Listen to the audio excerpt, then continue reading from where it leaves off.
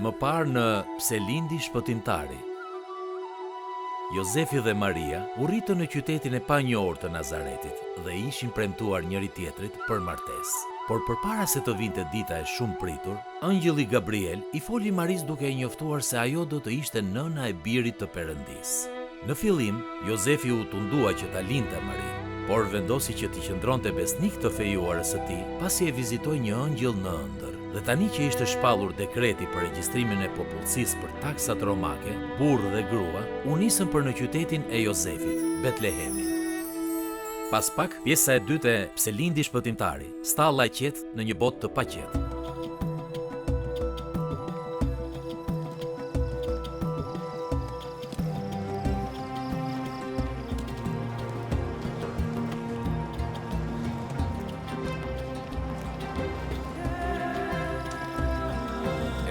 Për një pushim Në re. që do të thotë më shumë kohë për ne.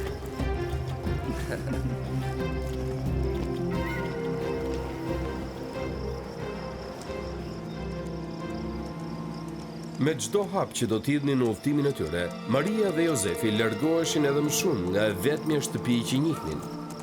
Pas çdo kthese të asaj rruge gjarpëruese, ata ndaheshin gjithnjë më shumë nga gjërat e njohura dhe të rehatshme në Nazaret.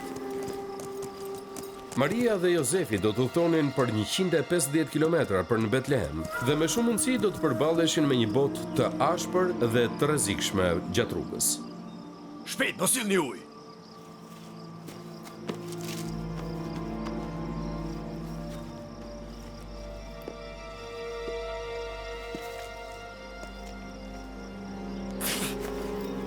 Që nga e shpifur, si të gjithë ju këtu. Le të shkojmë tani.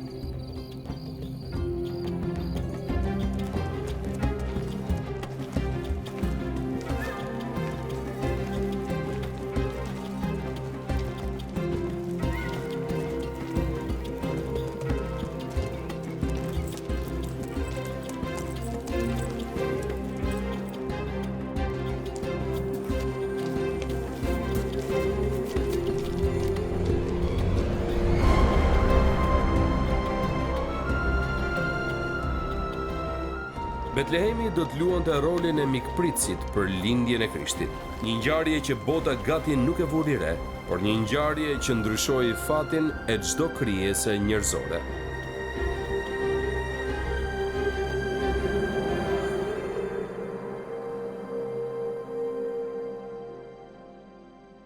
Ai qyteti vogël i Betlehemit kërkonte vëmendje. Prandaj ndërsa vitet kalonin, rabinët u kujtuan se studiuesit e mbanin një sy nga ai fshat. Çdo kush tjetër kalonte aty pa e vënë re shumë, që në atë ditë të mrekullueshme, një fshatar dhe e fejuara e tij hyn të stërlodhur në atë qytet të rënduar, dhe askush nuk mund ta parashikonte se bota do të ndryshonte përgjithmonë.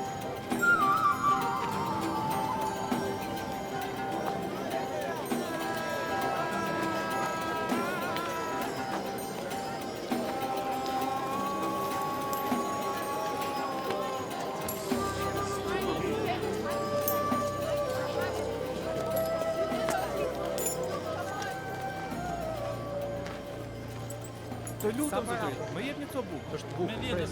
Shumë e freskët. Të lutem. Hey, kape. Hajdut, ndalojeni. Ndalojeni, hajdut. Merreni. Hajdut.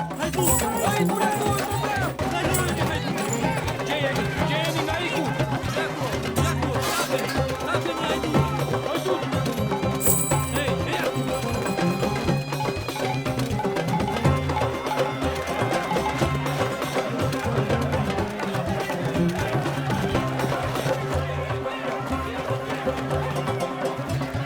Grazie Nico.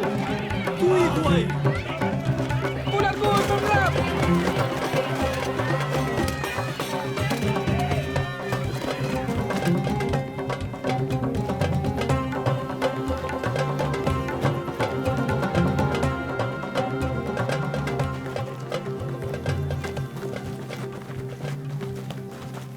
Ka gjë aty? Këtu nuk ka gjë, asgjë.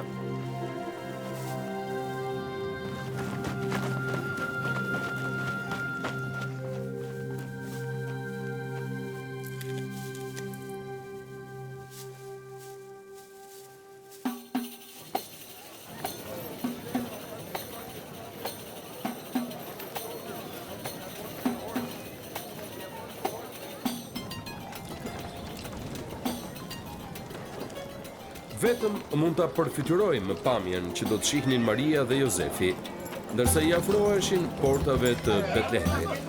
Udhëtarë që nxitojnë për gjetur një stre, tregtarë që reklamojnë mallin e tyre, më e mira dhe më e keqja e Betlehemit përziheshin me njëra tjetrën për të mbijetuar, për të gjetur ushqim dhe për të siguruar një stre.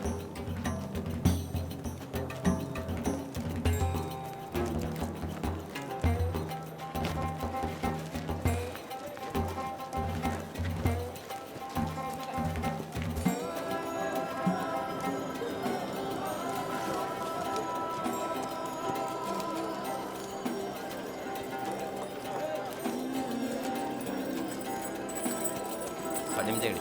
Jo, faleminderit.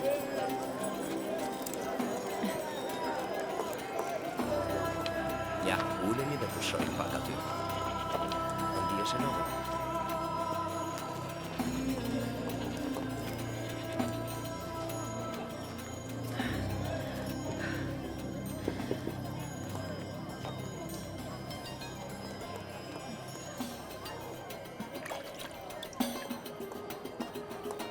Urdhëro.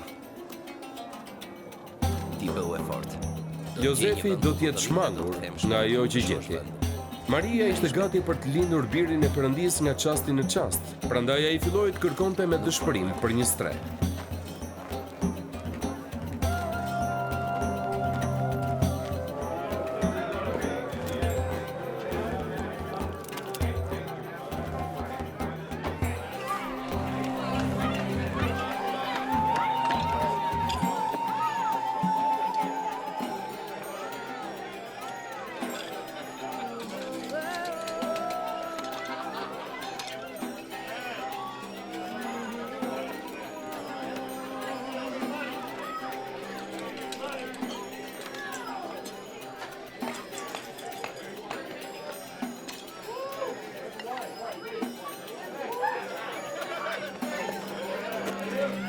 Po kërkoj një vend për të Do qëndruar. pyetë dera ngjitur.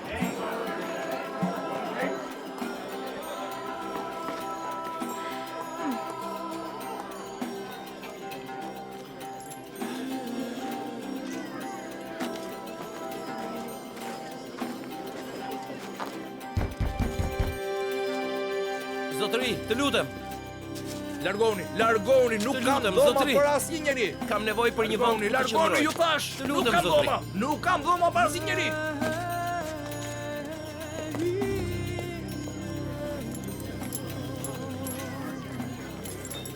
Maria pa dhe dëgjoi gjërat e kësaj bote, shumë të zënë me punë dhe shumë mëkatare, për të vënë re që Mesia do të lindte mes tyre.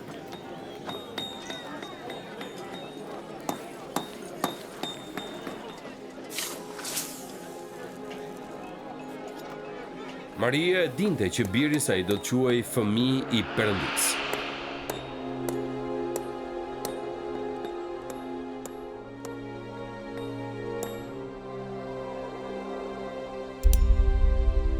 Jezusi, shpëtimtari i tyre, do të vinte pa shumë zhurmë në Betlehem atë ditë.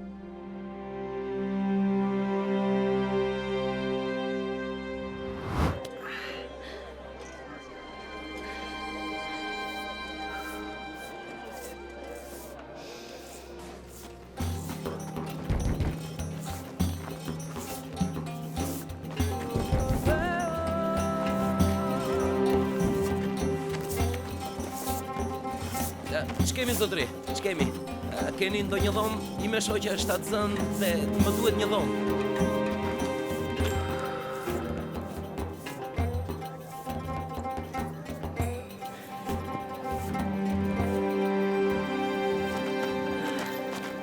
Hej, je mirë? Them se mund ta kem gjetur dhomën. Vërtet? Pash një han që mund të jetë i duhuri për ne. Në rregull. Do të jemi mirë, në rregull? Më ndiq mua dhe do të gjejmë një dhomë. Jam i sigurt. Në rregull? A ndihesh mirë? Ikni, që të gjithë. Ju njerëz nuk e keni vendin këtu. Nuk kam çfarë të bëj për ju. Njerëz, ktheuni, ju lutem, ktheuni në shtëpi. S'mund të bëj gjë për ju. Ik, ma hap rrugën. Ik, largo, ik. Largo nga rruga. Ik andej. Ma jep atë shkop këtu. Ma jep këtu. Ik të lutem. Jo. Më prit. Kthehem shpejt. Jo. Ik të lutem.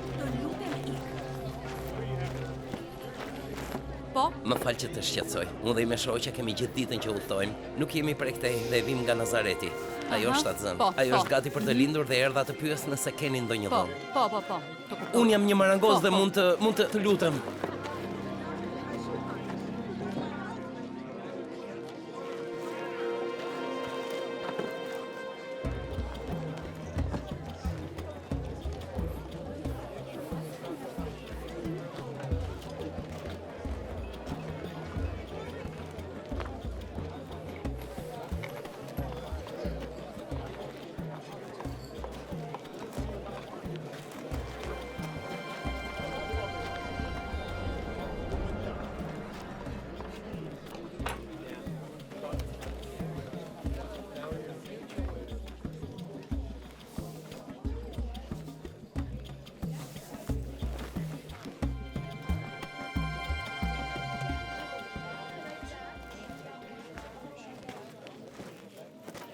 Ishte plani hyjnor që Jezusi të vinte në këtë botë, jo në rati në një hani, por në një stall të pamirëmbajtur.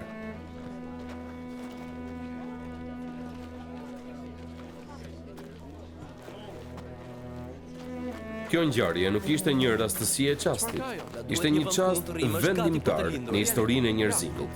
Vendi dhe kushtet e lindjes së tij ishin parapcaktuar nga Perëndia. Nga duhet të shkojmë. Ja, aty, qitu me grashtin. Nuk është larg, do jeni mirë aty.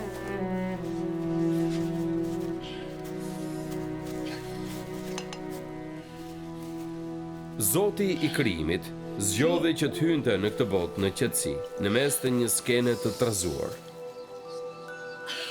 Një lindje e pastre ishte pjesë dhe tipar i një jete të pastre.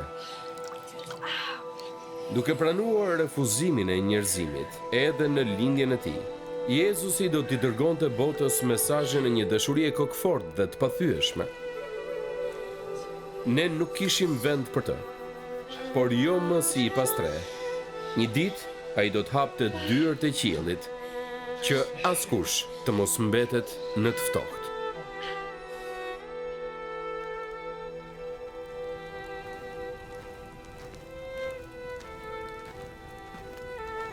Kështu, ndërsa ishte atje, asaj i erdhi koha të lindë.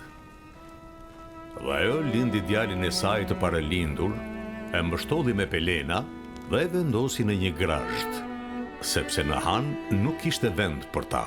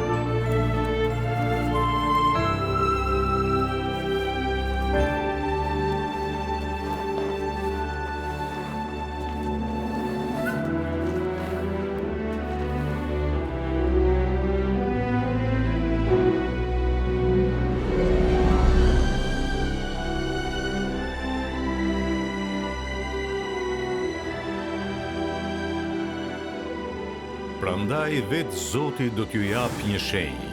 Ja, e virgjëra do të mbetet me barë, dhe do të lind një fëmijë, të cilin do ta quaj Emanuel, që do të thotë Zoti me ne.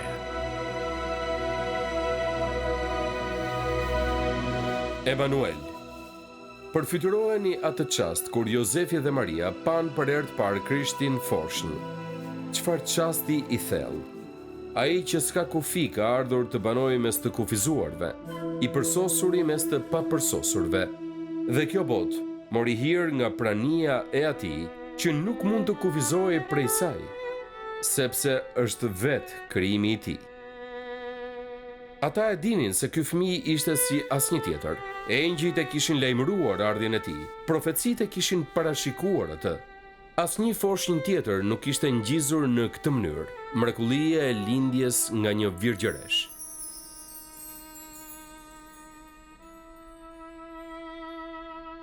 Jezusi u lind. Mesia ka ardhur. Shpëtimtari i botës. Në çastin kur ndodhi kjo ngjarje e mbinatyrshme dhe madhështore, atë natë në Betlehem, kush mendoni se do të ishin të parat që do ta përshëndesnin mbretin e porsalindur? Perandorët e botës, priftërinjt dhe profetët, ushtarët dhe studiuesit? Jo, ky nder ishte rezervuar për të përjashtuarit e shoqërisë. Një grup barinjësh të varfër që kujdeseshin për tufat e tyre jashtë Betlehemit. Ata ishin shtresa më e ulët e njerëzve më të thjeshtë, të përçmuar nga shtresa e lartë e zonës. Burra lëkure të cilve ndriçonte nga djersa, rrobat e të cilve ku tërbonin erën e kafshëve dhe të fushave, ata të cilve u mungonte finesa më themelore dhe edukimi. Emrat e tyre nuk i shkruajtën askund në Bibël. Por sido që të ishin emrat e tyre, ata do të jeshonin listën e të ftuarve të çastit më të gëzueshëm në historinë njerëzore. Ata nuk ishin shumë të vlerësuar në tokë, megjithatë në këtë natë, ata ishin të privilegjuarit e qiellit.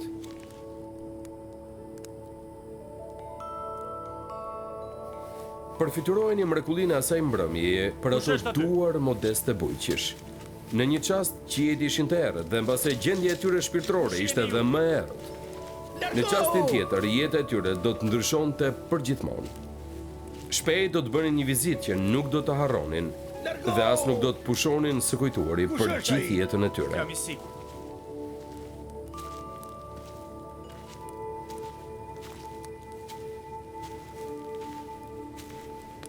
Kush jeni ju? Tani në pa të krajinë ishin disa barinj që rinin jashtë në fusha dhe natën ruanin kopen e tyre.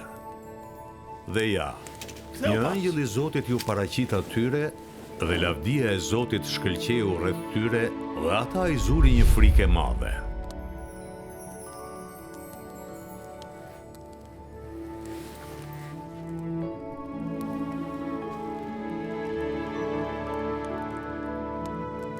Por angjëlli u tha atyre, mos druani, sepse unë po ju lajmëroj një gëzim të madh për të gjithë popullin, sepse sot, në qytetin e Davidit, lindi për ju një shpëtimtar, që është Krishti, Zoti.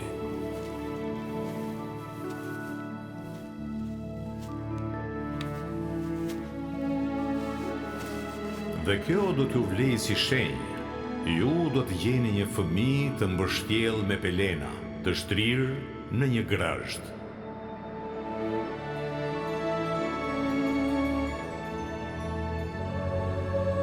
Dhe menjëherë, angjëllit ju bashkua një shumicë ushtrisë qiellore që lëvdonte Perëndin duke thënë: Lavdi Perëndis në vendet më të larta dhe paqe mbi tokë njerëzve mbi të cilët qëndron mirëdashja e tij.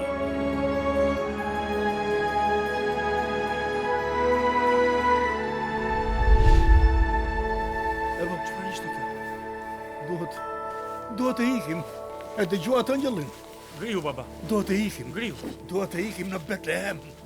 Baba ti duhet vish Dhe me ne. ndodhi që, kur ëngjit u larguan prej tyre për t'u kthyer në qiell, barinjt i thanë njëri tjetrit: Duhet të shkosh patjetër. Le të shkojmë deri në Betlehem për të parë ç'ka ndodhur dhe ç'na bëri të ditur Zoti.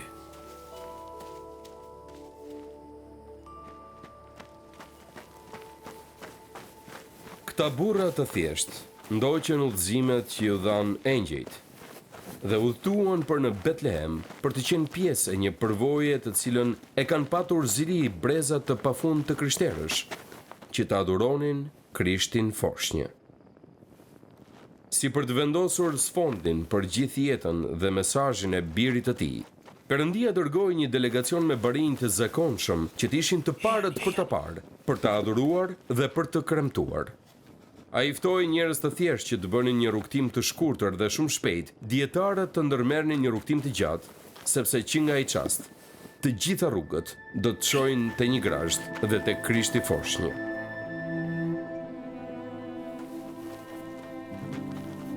Hey, largoni që aty! Largoni që aty! Hej, ju të tre, largoni që këtu. Largoni që aty. Na fal. Prishni pazarin, ikni. Largoni. Për çfarë keni ju? Largoni që këtu! Largoni që këtu! Kërkoj falje. Pare si ju thash! Largoni që këtu! Shpejt, largoni që këtu!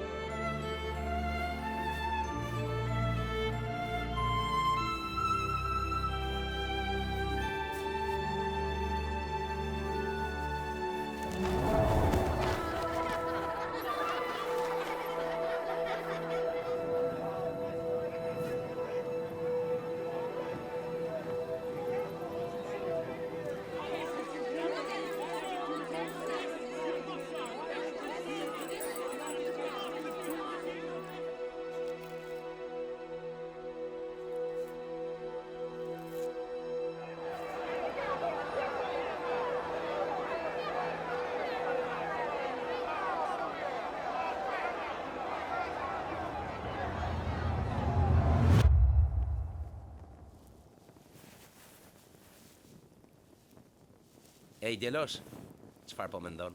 Fantastike.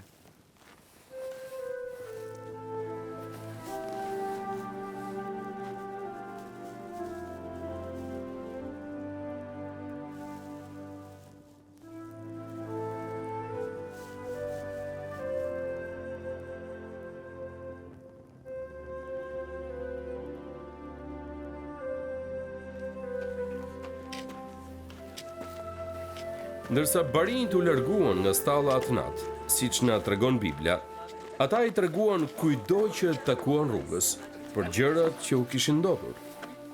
Jeta e tyre nuk do të ishte më kurrë njësoj. Qielli nuk do të dukej më kurrë aq i errët. Ata e dinin tashmë që ashtu si ata kujdeseshin për delet e tyre natën, dikush shumë herë më i madh do të kujdesej për ta.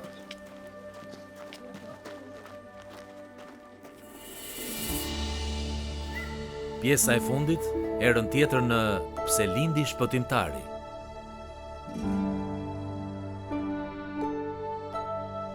Krishti lindi. Megjithatë, historia nuk mbaron. Diçka e mrekullueshme do të ndodhë. Mbreti i porsalindur të rreq vëmendjen e familjeve mbretërore të botës nga botë shumë të largëta.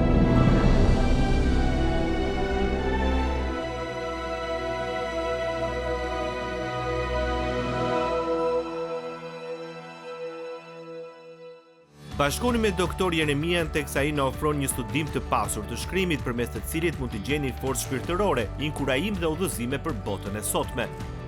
Bashkoni me doktor Jeremia çdo javë në moment vendimtar në këtë stacion. Faleminderit që na ndoqët. Nëse doni të dini më shumë për pse lindi shpëtimtari apo për doktor David Jeremian, hyni në pselindishpëtimtari.org.